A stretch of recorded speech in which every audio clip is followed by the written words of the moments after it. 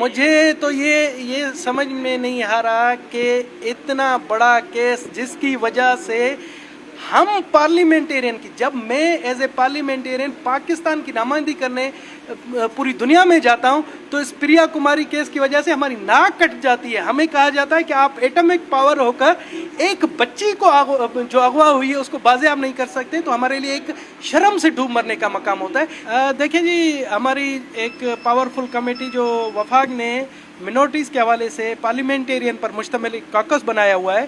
تو کافی عرصے سے یہ اظہار کیا جا رہا تھا کہ کوئی اس طرح کا پلیٹ فارم نہیں ہے جہاں پر جو منورٹیز کے حوالے سے، حقوق کے حوالے سے پارلیمنٹیرین ہو۔ تو ہمارے کاکس کو یہ اتھارٹی حاصل ہے کہ ہم چاروں صوبوں میں جا کر جو منورٹیز کے حوالے سے مسئلے مسائل،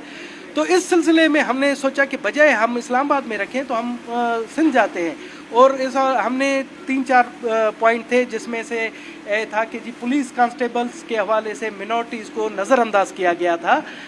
تمام سندھ میں جتنی بھی ریکروٹمنٹ ہوئی تھی اس حوالے سے ایجنڈا تھا، اور پریا کماری کا کیس تھا اس حوالے سے ہمارا بہت بڑا ایجنڈا تھا، اور ضلع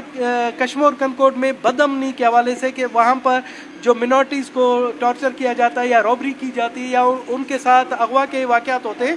تو مگر مجھے تھوڑا سا افسوس ہوا کہ جب ہم آئے اور ہم نے انہیں کوئی 10 دن پہلے سارا انفارم کیا تھا، مگر چونکہ یہاں آج پولیس کی تیاری نہیں تھی تو ہونا تو یہ چاہیے تھا کہ ہم ڈسپلیجر نوٹ کرتے ہیں، مگر چونکہ ہمارے منسٹر مکیش چاولہ صاحب نے یقین دہانی کرائی کہ اگر آپ کل کا ٹائم دیں تو پولیس فل اس پر تیاری کر کے آئے گی اور ہمیں بریف کرے گی، ورنہ ہمارے پاس بہت سے ٹولز تھے کہ ہم تمام جو آئی جی سندھ ہے یا جتنے بھی پولیس ہیں ہم وہاں اسلام آباد طلب کر کے ان سے باز پرس کر سکتے تھے، مگر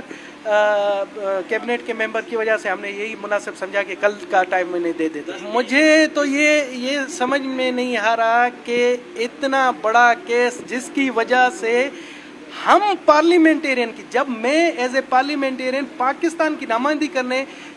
پوری دنیا میں جاتا ہوں تو اس پریا کماری کیس کی وجہ سے ہماری ناک کٹ جاتی ہے۔ ہمیں کہا جاتا ہے کہ آپ ایٹمک پاور ہو کر ایک بچی کو جو اغوا ہوئی ہے اس کو بازیاب نہیں کر سکتے، تو ہمارے لیے ایک شرم سے ڈوب مرنے کا مقام ہوتا ہے۔ مگر مجھے نہیں لگتا ہے کہ یہاں کی جو ارباب اختیار ہیں، یہاں کی جو پولیس ہے، اس چیز کو سنجیدگی سے لے رہی ہے، مگر میں انہیں بتا دینا چاہتا ہوں کہ جس طرح سے کہا گیا ہے کہ جی پریا کماری کیس تو دفن ہو چکا ہے، اس کو ہم دفن ہونے نہیں دیں گے، جب تک پریا کماری آزاد نہیں ہوتی ہم پارلیمنٹیرین جو وفاق میں بیٹھے ہیں اس کیس کو لے کر رہیں گے، اور جب تک بازیاب نہیں ہوتی اسی طرح سے ہم آ کر ہر جگہ پر بالکل جی ہم ان سے واضح لیں گے کہ جی انہوں نے پریا کماری کے حوالے سے کیا اقدامات کیے ہیں اور وجہ کیا ہے کہ سندھ پولیس اگر چاہے تو آپ دیکھیں کہ جب وہاں سے ایک پشتون لڑکی اغوا ہوتی ہے تو وہاں سے پشتون آ کر دباؤ دیتے ہیں تو وہ پشتون لڑکی پولیس کے تھرو ہی برآمد ہو سکتی ہے، تو پریا کماری کیوں نہیں؟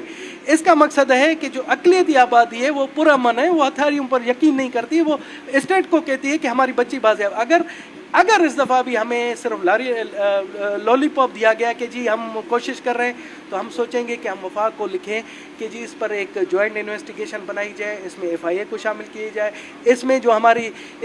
پریمیئر ایجنسیز ہیں ان کو شامل کیا جائے تاکہ پتہ تو پڑے کہ آیا یہ اغوا ہوئی ہے یا کسی بااثر شخص کے پاس ہے۔